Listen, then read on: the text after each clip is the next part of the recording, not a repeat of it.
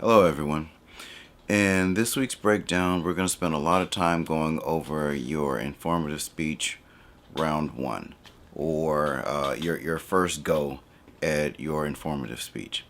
So a lot of this centers around, a lot of your assignments center around eventually submitting your video link for your speech. Now,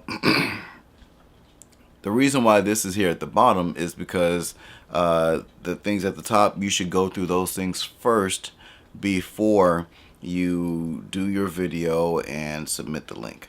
So at the top we have some examples of some informative speeches. So you can click on that. There's a couple of videos there that'll guide you.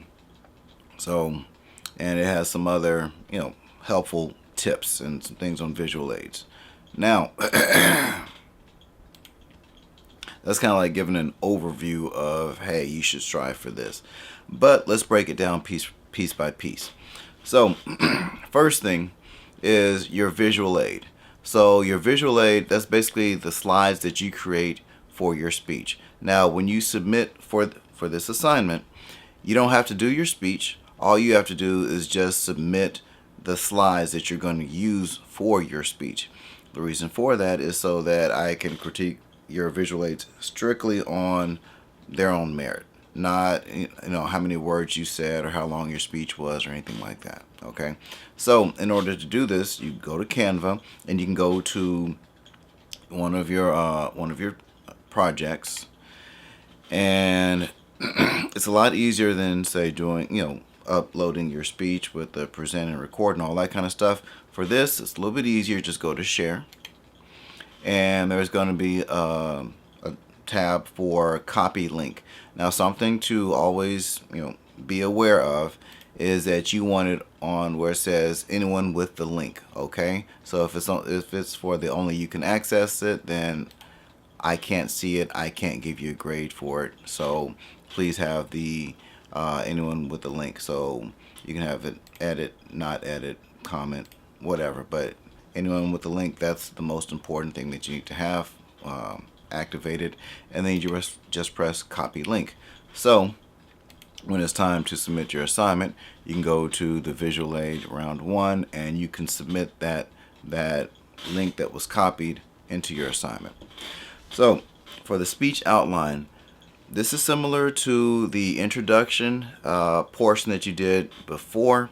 However, this is going to be your entire outline. So something that I have in this module, even though hopefully you've seen this before, is the example of how to do your outline. So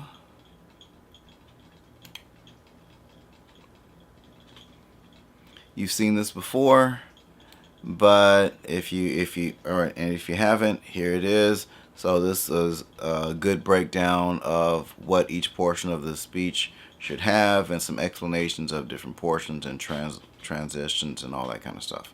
So if you haven't looked at it, look at it. If you've looked at it before, look at it again, because like I said, this time you're going all the way to from the introduction to the conclusion. And next, so we've gone over the visual aid, we've gone over the speech outline. Now the the informative speech video link submission. So that is how you've done before with your informative speech, where you've gone to Canva, done the present and record, you've saved the link, and you submit it into this assignment. Very similar to how you've done the introduction speech, but this time you're doing that for your informative speech. Also for this week, the Enneagram test. So this one of the chapters that we're going over is chapter 3, and going over your perception and how that can affect how you communicate, how you view others, and something to help you with that is getting a better idea of who you are. So it's Enneagram personality test.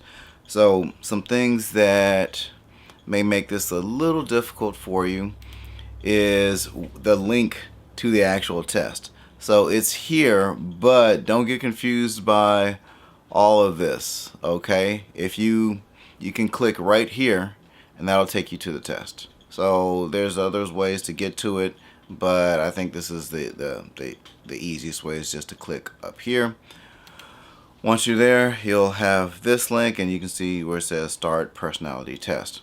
So once you have finished taking the test, it will give you results, and you can just take a screen picture or a picture with your phone or whatever and submit it in the assignment portion, and that's how you do that. So it doesn't matter what personality type it says you have, just as long as you took the whole test honestly and submit that picture of the results, then you did great.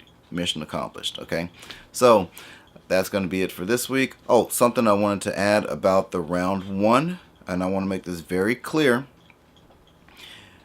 You will be doing your informative speech twice in this class. So this is called round 1 because I didn't say draft, but round 1 because I want you to do your best at this. Okay, so you're going to submit that. I'm going to review it and make some comments and ways that you can tweak to make it even better. Okay, later on in the course you'll have an assignment called resubmission for these particular things, and you just make those tweaks to that.